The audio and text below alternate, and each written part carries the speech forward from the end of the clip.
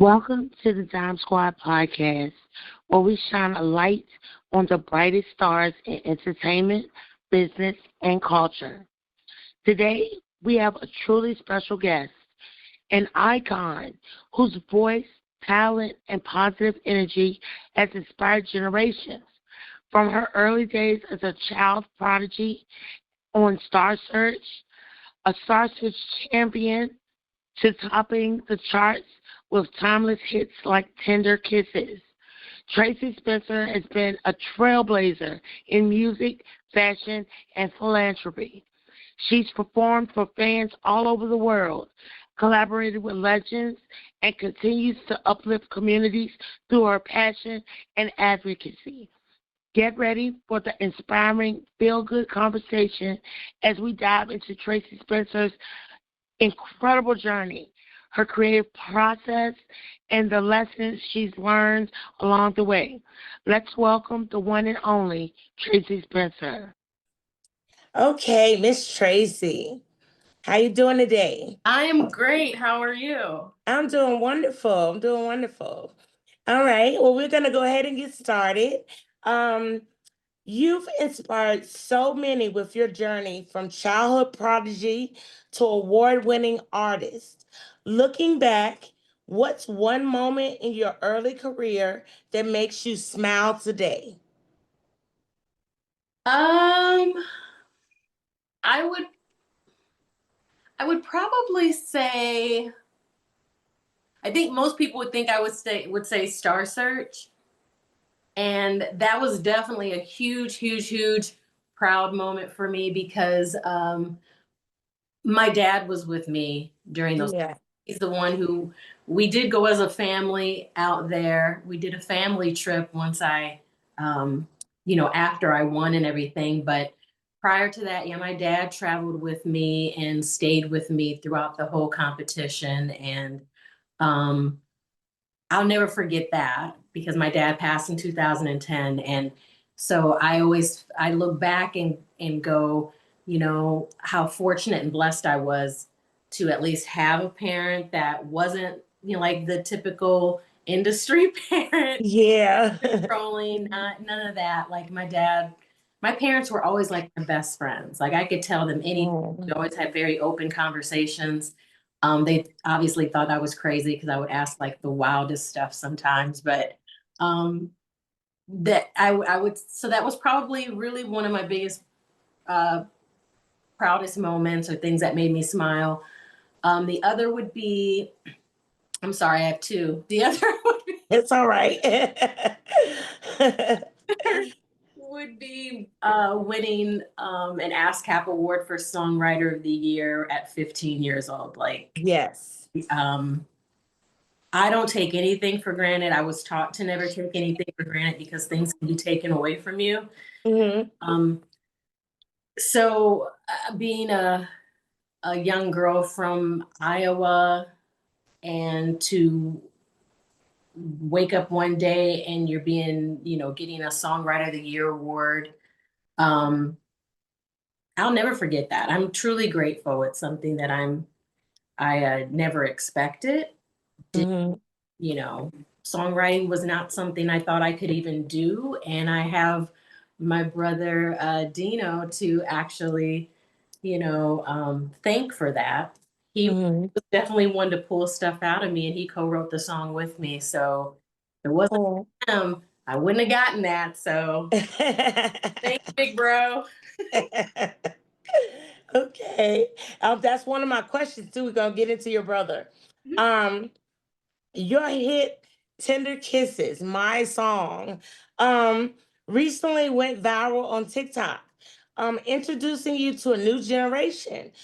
How does it feel to see your music continue to resonate and reach new fans decades later? I love it. It's, so before or when I was younger, when I first came out as an artist, social media wasn't really a thing. No, it wasn't for me either. Because We're it around the makes same you, age. no, it's weird because it makes you feel old, but Yeah. I still feel like I'm in my 20s. So it's weird when I'm like, technology wasn't really a thing. Yeah. I feel old. But but no, I think it's amazing. I'm definitely reaching a whole new audience where either it's a generation of 20-year-olds who are like, my mom listened to your records.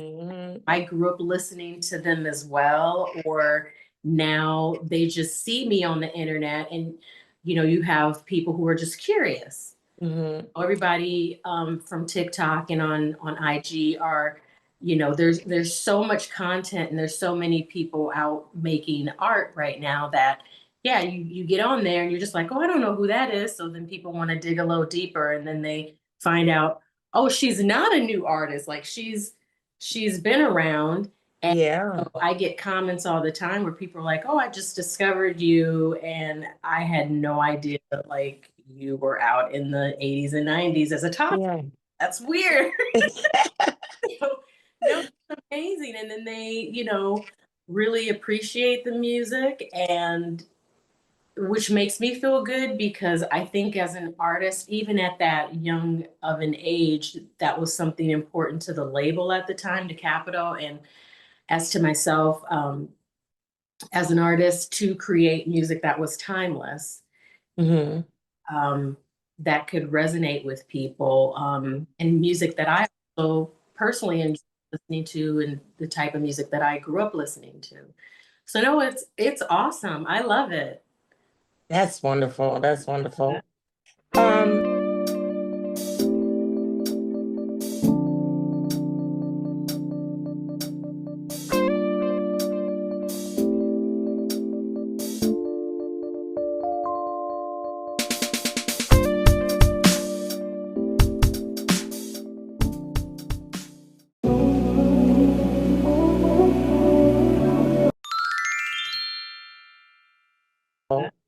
Um, you've balanced music, modeling, acting, and philanthropy. I couldn't get the word out. So gracefully. What's been the most rewarding aspect of exploring so many creative paths? Um, I think it's I get that from my family. Um, I mean, I have a brother, my oldest brother, let me tell you, he's probably one of the busiest humans in the world. We always said you should have just ran for president because this guy is like into everything. Literally always giving back in the community. He's retired now, but he still donates his time and energy to the youth and in the school system. He refs football games, softball games. Like he's all about trying to really help the youth and build them up, and showing them positive outlets and stuff like that. So I grew up in a family like that. It's like my mom uh, worked in the emergency room, but she was also someone that always told us that we're here for a purpose, and obviously you have to figure out what your purpose is. But my mom was also not religious, but more spiritual than religious, and would teach us that the primary focus should never just be on you, but should be on helping others, doing God's work and being of service and stuff like that. So she would always have us doing something in the community, and my dad as well. And I think I just grew up, it just became part of who I was. So on top of that, not just wanting to give back, but also we were raised to never limit yourself. Try to do as much as you can without overdoing it. Like, Mm-hmm. interested in, well, no one can tell you can't do that, so try it. And I think once getting, like that's why being a musician it was a dream for me, because obviously I felt like I had so many things going against me. It's like, okay, I'm a little girl of color. I live in the middle in the Midwest. Who's gonna find me here? Who's gonna find Yeah. me in the cornfields? Nobody's gonna find me. Mm-hmm. And but I just kept telling, my parents, and they kept telling me, you can do and be whoever you want to be. So I would always say, oh, I want to be a doctor and a singer. And my mom's like, if you want to do that, you could do that. That's You right. have to work hard, work really, really hard, and you're gonna have to, you know, be focused in school. What are your priorities, and work towards those. Mm-hmm. That's what I would do. I spent more time down in our basement going through all the vinyl records my dad would bring home, because he had had a club that he was running here, or yeah, in Waterloo in Iowa. And he would bring crates home of vinyls, and then I would just go through them. We'd all go through them. And that's how I was, learned about Tina Marie and Stevie Wonder and Diana Ross and Billie Holiday. It was just all these different artists. And I would literally go to school, play a little bit, but I couldn't wait to be in the basement and just start playing all these vinyl records and learning Yeah. all of these songs. So I just think, yeah, it's just, it has a lot to do with your upbringing. I'm It does. for having the type of parents that I was blessed with. Your parents sound similar to mine. My dad is my music. Like my dad was a jazz singer. Oh, Yes, and before he passed, he died in 2001. Before he passed, he had just came out with his first EP. And long story, but we don't have it anymore. Someone else has it. But wow. long story short, my dad had me listening to everybody. So I knew Anita Baker. I knew Alexander O'Neal. Yeah, People that other young Black people my age might not even have heard of. My dad was listening to them. So I was put on to that entertainment, that music back when I was at a very young age, very young age. My mom had the vinyls, like you were saying. She had mhm. those little ones. I don't know what they're called. The The little fives. Yeah, she had those.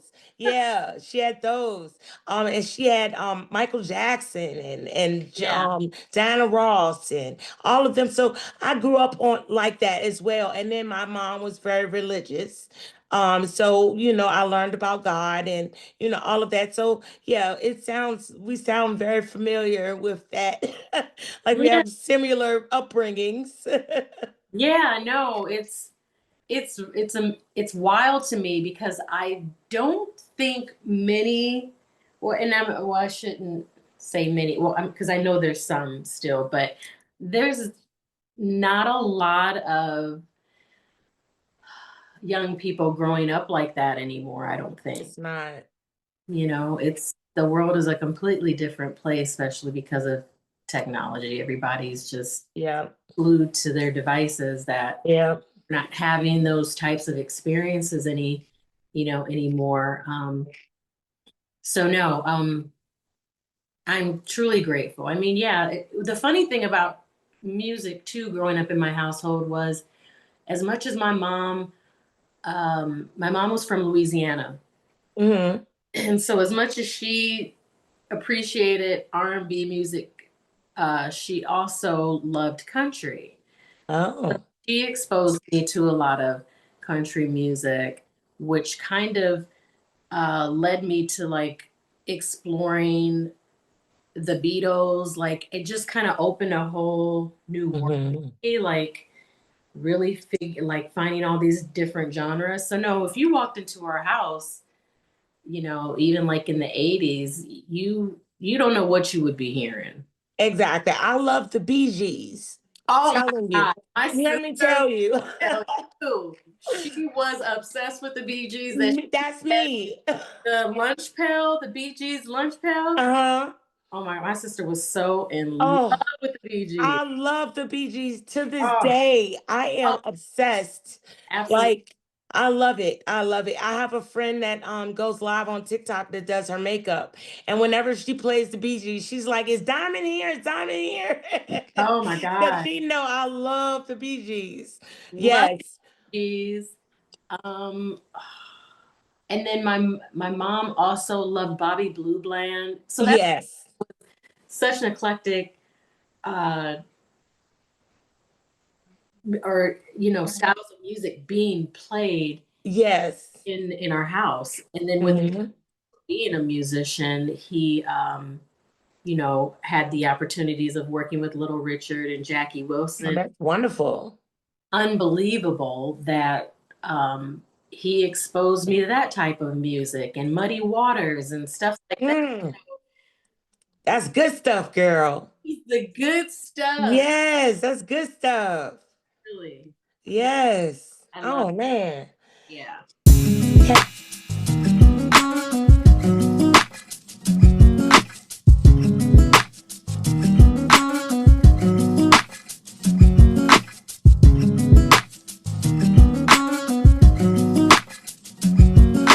Yeah. Okay. As someone who's been in the spotlight from a young age, how have you managed to stay grounded and focused on positivity throughout your career?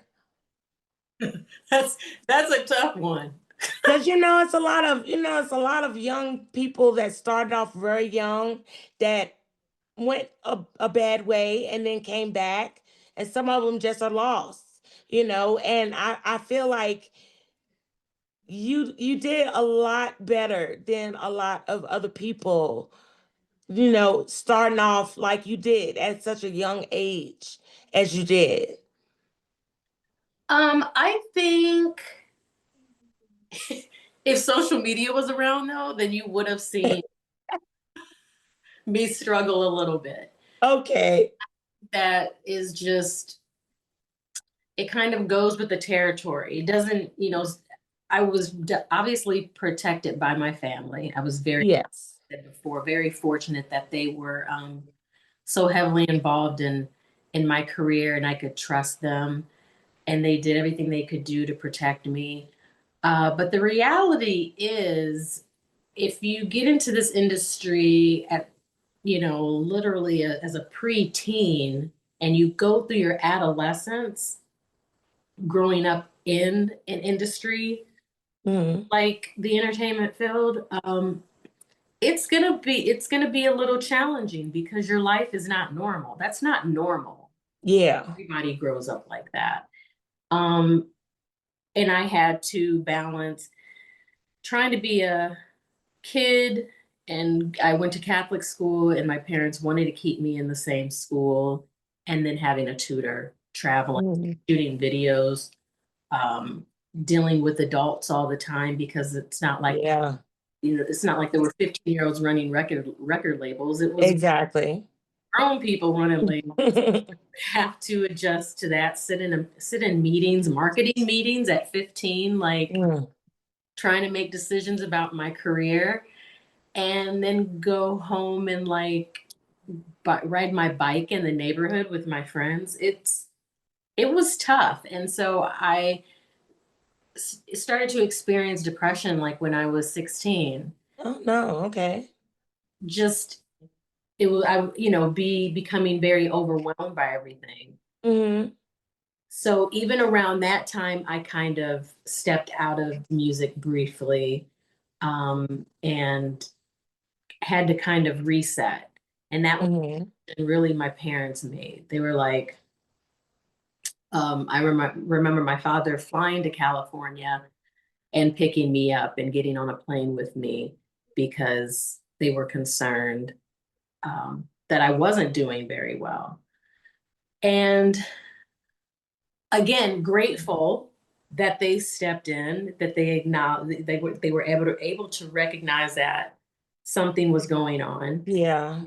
and help me, and also help me decide if I wanted to continue or not. And if I did, this is how it had to be. And I just remember, it's so funny because I was so young, but so some of it's a blur, but I remember having all these meetings and talking about how things have to be a little different in order for me to continue. And the label was always good about listening to the family, and and I'll never really have to, have anything negative to say about Capitol Records, because it was a different time. They were dealing, it's not like there were a whole bunch of, teenage artists that they roster. So Yeah. they were learning too, as to, hey, well, she isn't a 30-year-old woman, she's a child, I guess. Let's dial it back a little bit. Yeah. So I would have to, again, say grateful for my parents and my siblings helping me get through a lot of stuff. But yeah, it was challenging, definitely challenging. But if I had to do it all over again, would I do it the same way? Because I've asked myself that too in the past, and I would, because I think all of those experiences really shaped who I am now. Yeah. And they've made me, you learn from all of those experiences, or at least you should. Yeah. They're all, an opportunity to learn something and try to figure out how to do things differently. Okay. Excuse me.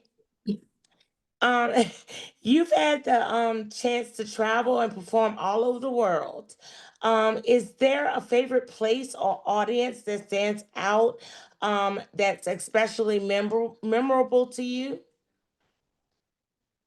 I would probably say the majority of performances I would do in Europe stood out because I was so young. Um, the first time I actually was able to travel to another country. Mm-hmm.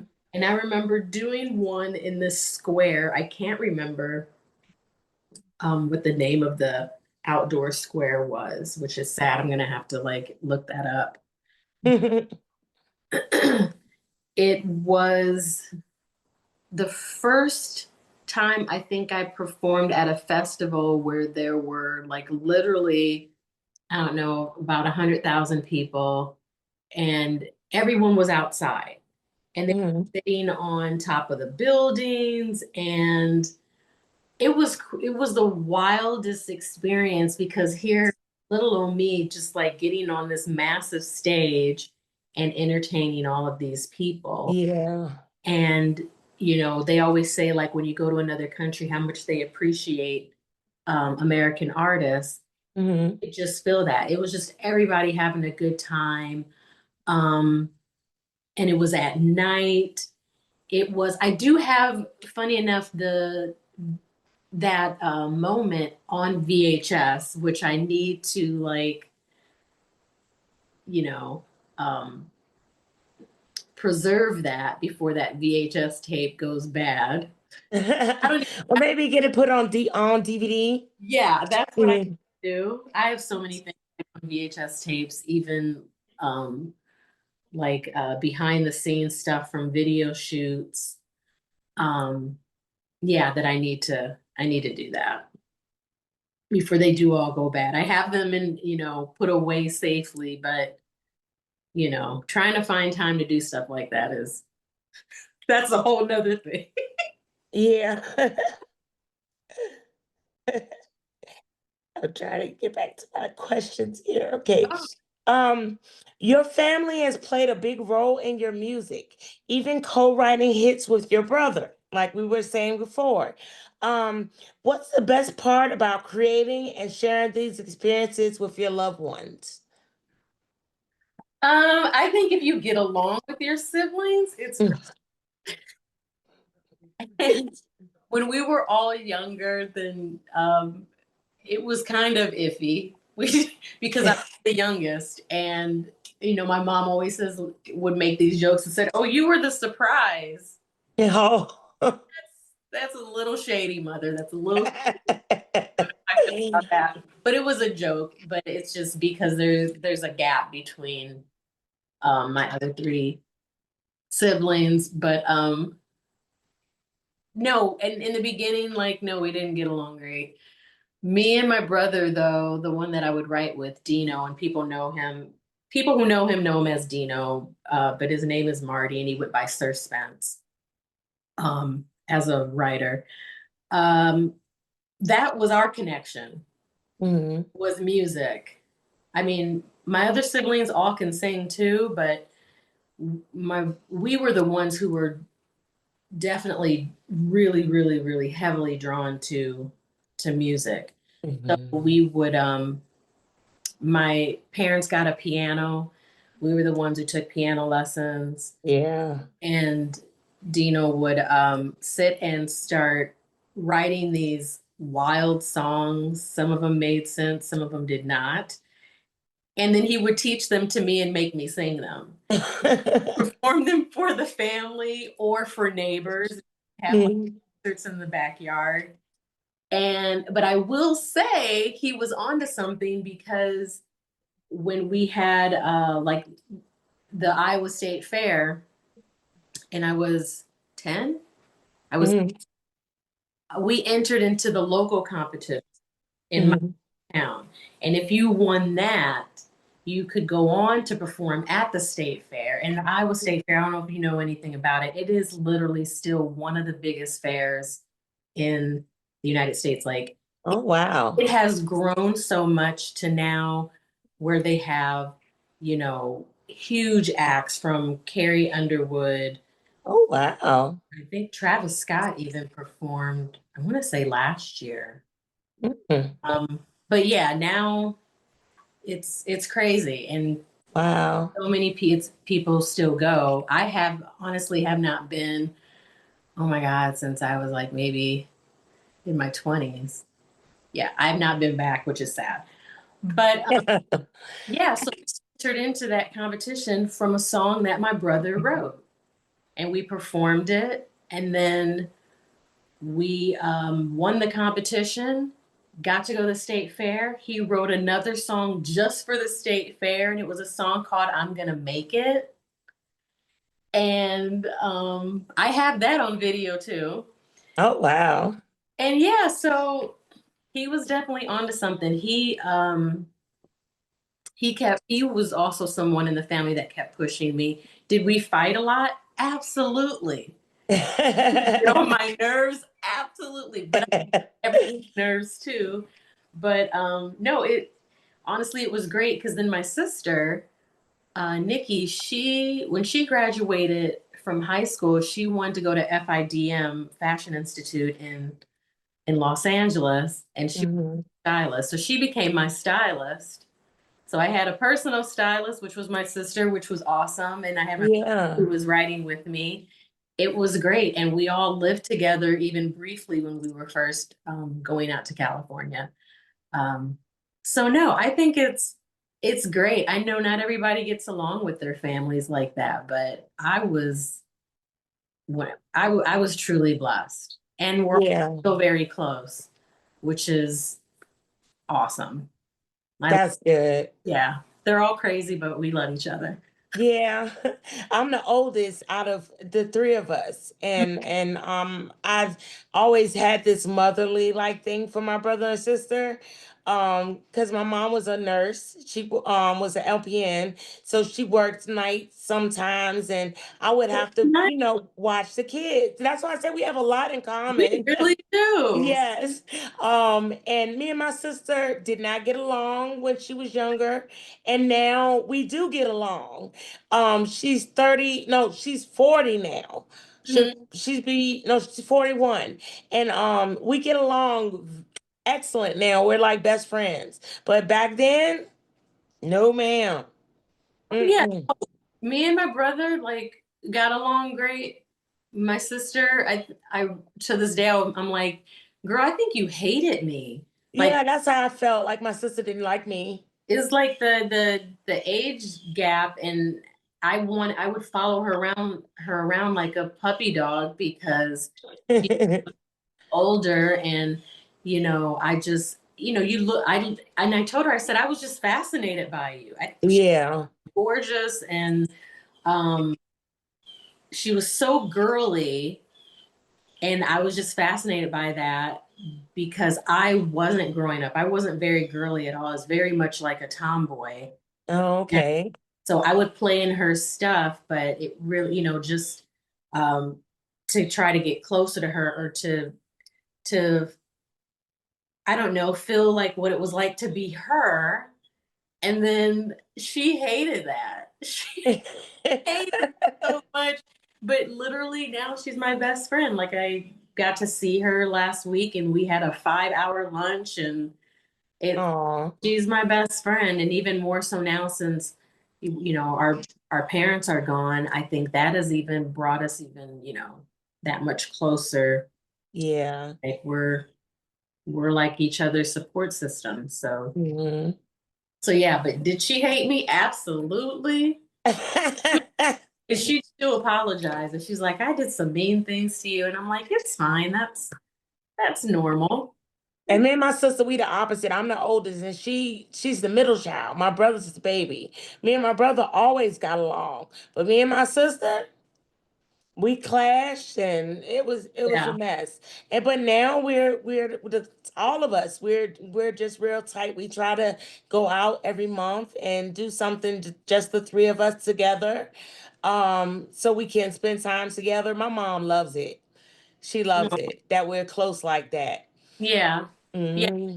My mom would always say she was like, stay in contact with your siblings, and you Yep. guys need to see each other more, because she grew up with 10 or 11 siblings, and Yep. My mama got 8. just crazy. Yes.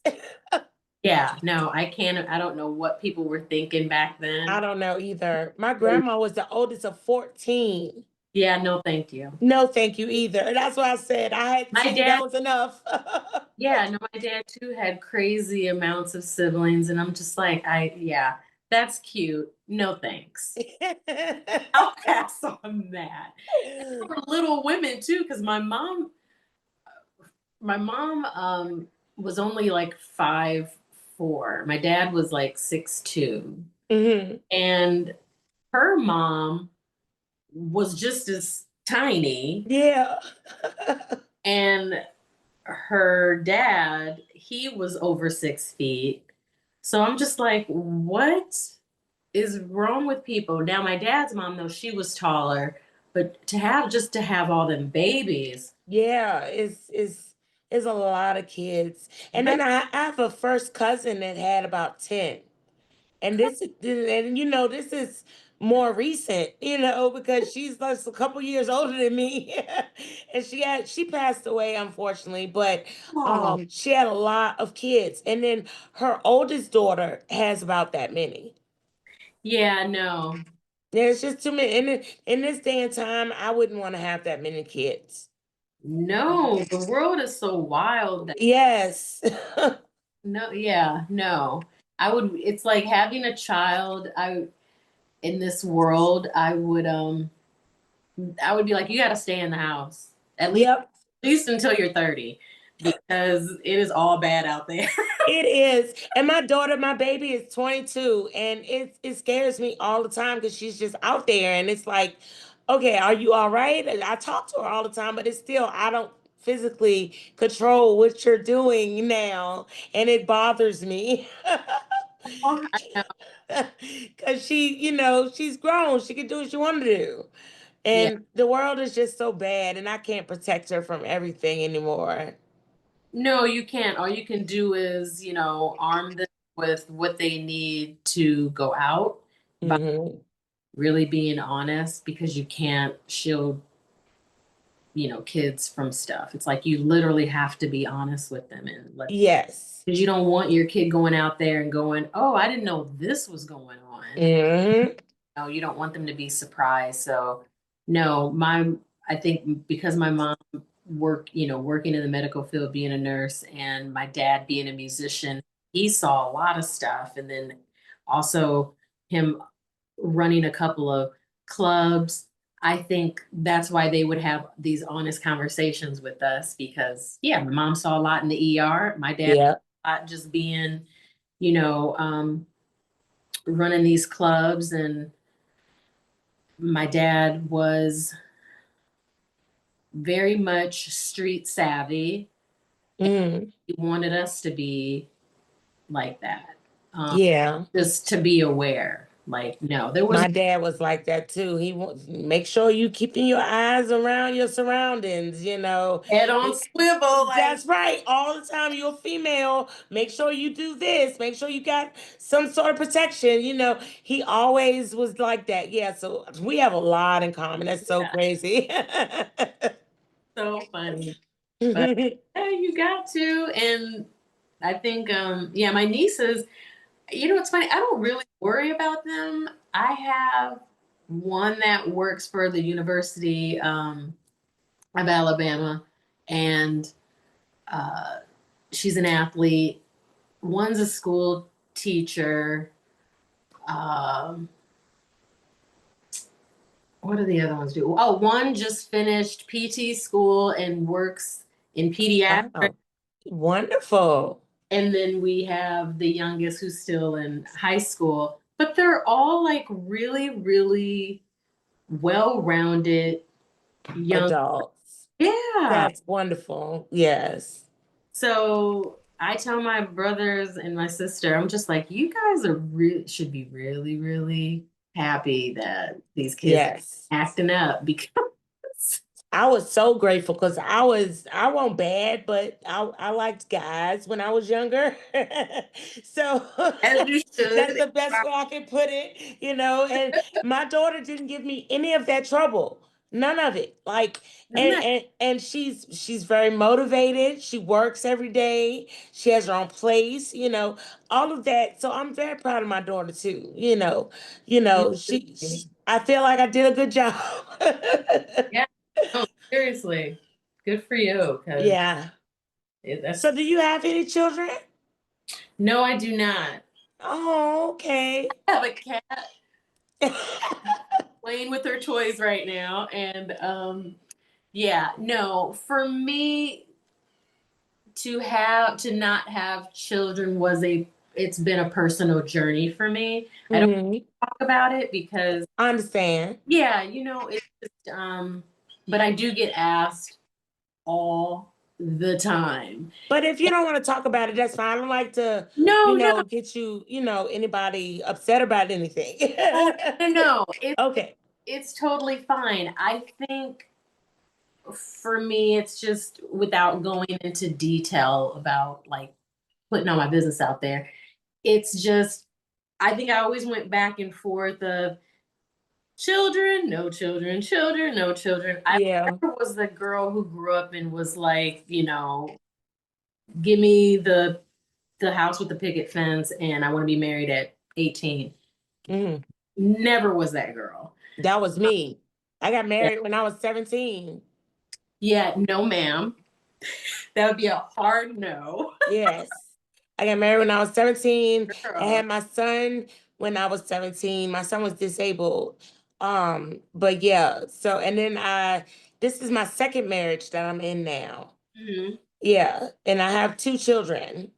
Well, Okay. my son passed away, so I just have my Oh, daughter right I'm now. so sorry.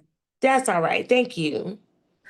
That's a lot. It is. But yeah, that's why it's opening a whole can of just, like Pandora's box when you ask people about children. Yeah, it does. I I'm very sensitive to those topics or asking people about their personal relationships because you don't know people's experiences. That's true. And that's why I always, I would laugh at when people just come to you and go, "You don't have no kids, and you're not married, and or are you married? And who was that guy you dating?" And it's like, day about my business. Yeah, I know that's right. I get those questions all the time. Everybody wants to know, are you married? Who are you dating? And it's like, you know what? Can I have a little bit of price? Yeah, that's none of their business. That's none of their business. The Yeah. only reason I asked about the kids because we were talking about kids. That's the only reason I asked. No, seriously, that is honestly that I don't have a problem talking about it because it's not like some, you know, deep, dark, hidden thing in my past where I'm just like, oh, I can't talk about it. It's just, it really comes down to just my personal, personal preference. Yeah. yeah. And it's not that I don't, you know, I absolutely love kids and I love my nieces to pieces. So I'm like a mom to all of them. But yeah, you know, and then you do get to a point where you're just like, you know, I was very selfish for a very long time. It's always been about me. And I'm like, where would this child fit in? Like, yeah. You know, I'm just, I know you can't plan things out like that, but if you're gonna bring somebody into this world, you better be ready because you are responsible for that person at least until forever. Yeah. Well, at least until, like I even tell my siblings that once they get of a certain age, now it's kind of like, you know, God gives you these blessings, uh, you know, to raise, and then you have to let them out on their own, and otherwise you do end up worrying. And they're like 30 and you're still worrying. It's like they're grown now. They're going to do whatever they want to do. Yeah. Let them be, and all you can do is pray for them. That's right. That's my thoughts. That's the truth, though. You know? It's a little harder than that, but it's the truth. I know it is. But I think that was really the intentions of having children is that you raise them and you're like, now you're off on your own, my dear. Like have all your own experiences, but now you're armed with the tools, the necessities you need for survival, and I'll be here if you need me. Cheers. I know that's right. Mama's gonna go do her thing now. Okay. With so many achievements, is there a particular project or milestone that holds a special place in your heart or reminds you of an impact that it made on you? That's a good question. Probably, I would have to say it wasn't just one thing. I think it's every time I went in to record a new record or work on a project I always looked at it as a learning experience for me.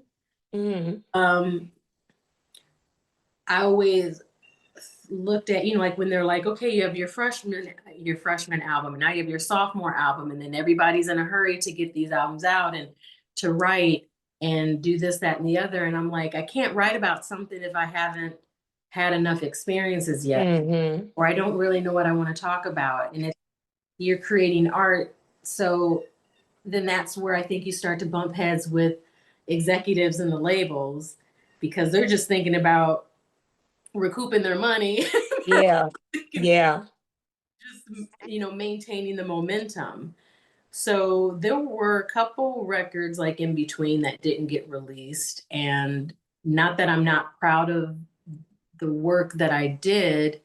It's just, I don't know if they were really me, if I wasn't really, I was at a weird stages in my life because I mean, I'm getting signed at 11 years old and make a record still when I'm a preteen. And then I make an album as a teenager. And then now I'm getting into 16, 17, making that transition into like adulthood. And it was just it was really interesting times. I was just like, I don't even know who I am. Like, I don't know. Like, you're still trying to figure that out. Yeah. Like, that's being honest. I didn't know who I was. And so I didn't know really how I wanted to grow as an artist, because I felt like I needed to live some life, Mm-hmm. and that, Yeah. you know what I mean? So I would definitely say just those were big moments for me, because I don't regret any of the decisions that I did make with, trying to put out good material and stay true to myself and not just put it out because I'm being forced to put something out. Yeah. And so I'm proud that I was able to try to do that. Not that it always ends well when you do that as an artist, because then it does create a lot of, tension within a record label, because as most people know, by the time in between that stage, and I was, 17, 18, 19, 20, and I had worked with KG from Queen Latifah's camp from a flavor unit, and then I worked with Dallas Austin and spent like a month in his studio, and I was out in Atlanta putting music together that we wake up one day and Capitol goes, "Hey, we're getting out of Black music." And you're like, Wow. what? In what realm does this make sense? Yeah. Like what? What are we doing?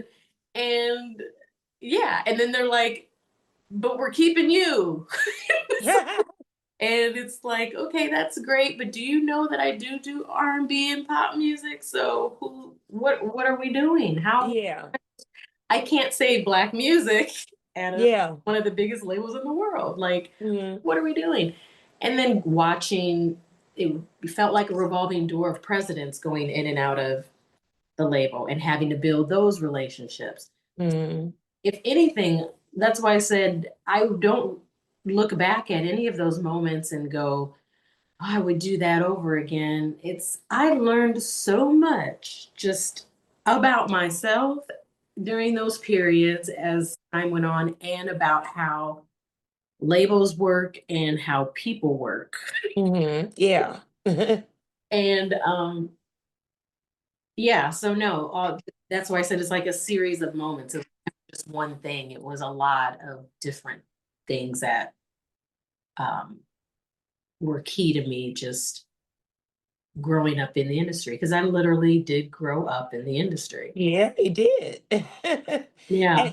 And I kind of watched you from a distance. You were watching, not knowing this girl needs I'm not knowing who you were or anything. I watched you on Family Matters. I watched, and I saw you on Star Search and yeah, wow. all that little stuff. Yeah, I remember everything. I remember seeing Leah on Star Search. Yeah. I used to watch Star Search and Soul Train. Those were my shows when I was a Yeah. kid. It was another show. What's the guy that does the New Year's Eve? Oh, Dick Clark? Dick Clark, not Dick Clark. It was another show that they used to come on. I can't think of the name of it right now, but it was another like music show, American Bandstand. Oh, American Bandstand. That's it. What it was. I Oh, used to watch that too. yeah. Anything with music in it, I was watching it. Oh, me too. Absolutely. That, Yes. that's when, you had BT and Video Soul, and you had the Yep. and MTV, and all you would do is tune in to watch, music videos. Mm-hmm. It was frustrating that I don't think I've watched a complete video of someone's complete video in a very long time, because it's just not the same the way you It's not. it now. So you go to YouTube and you watch bits and pieces, or you're scrolling through, whatever social media platform, and you just get snippets of something. I just Yeah. lived for sitting in front of the TV and watching videos back to back. Like, Yes, BT really needs to bring that back. Like yeah, videos, yes, music like that's videos. how I was one. 106 in Park, something. Yeah, 106 in Park. But honestly, that's how we would learn like the choreography to Janet Jackson's videos. Yep, You yep, sit in front of the TV and they would keep playing those videos and then yep, record them on a VHS tape, and I'd be in the basement trying to do yep.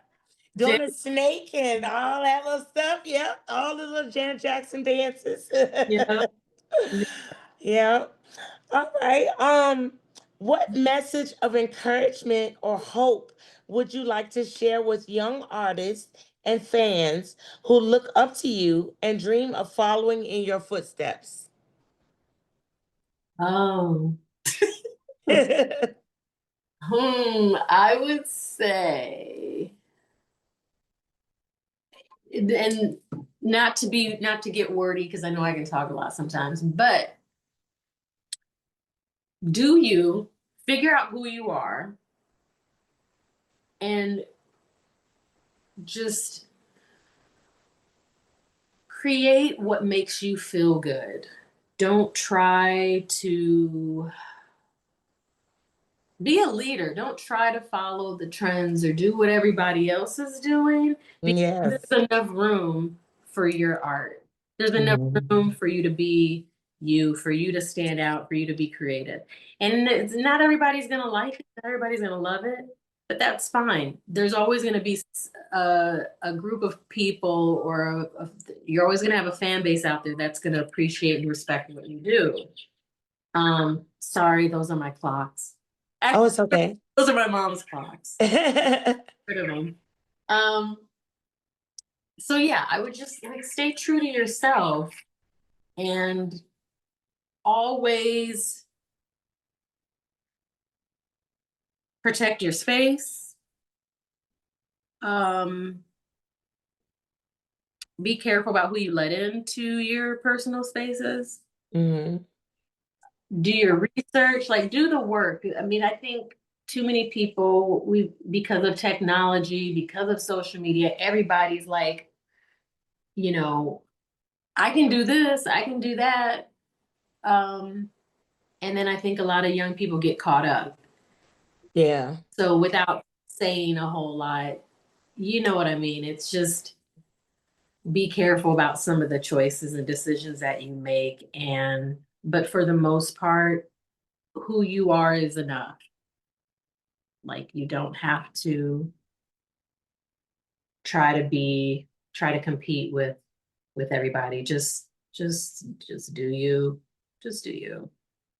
Okay. That's real good advice. Thank Real you. good advice.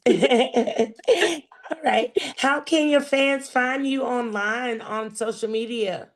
Oh, you can find me on Instagram, Miss MISS Tracie TRACIE _official. I'm on TikTok. Don't ask me what my TikTok handle is because I'm so bad. But you can find me on there. I think you just look up Ms. Tracie S on TikTok. Yeah. Or no, the real Miss Tracie S. Something like that. I don't know. I'm Okay. horrible at this. I am. I'm so horrible. It's all right. I'll find you on there. I'll Yeah. put it in the video. Yeah. Or I think we maybe we send, or I'll have Travis send you that information. Okay. Okay. Yes. And am I anywhere else? I'm gonna let Travis send you that because I'm the worst at remembering where I'm at, even though I try to stay active every day on social media. But that's the other wild part about the interwebs, is Yes. the fact that you do have to be like on it all the time. So, in posting something, because we are a generation now of like ADHD, like, between the scrolling and you got 2 seconds to get somebody's attention. So, Yep. yeah. Yeah. And Yeah. I'm a girl, which anyone who knows me, like really knows me, will say I'm the most chill person because I really am. I'm very very chill. I'm never in a hurry anywhere. I'm like, you know what? It's not good for my blood pressure. So, No, I need to be that way. oh my God, I've always been that way, and it has driven my family crazy. I'm just like, everybody else is like, okay, yes, let's go, let's do this. And you just take your time. I'm like, I'll be there, don't worry. All good. Yeah.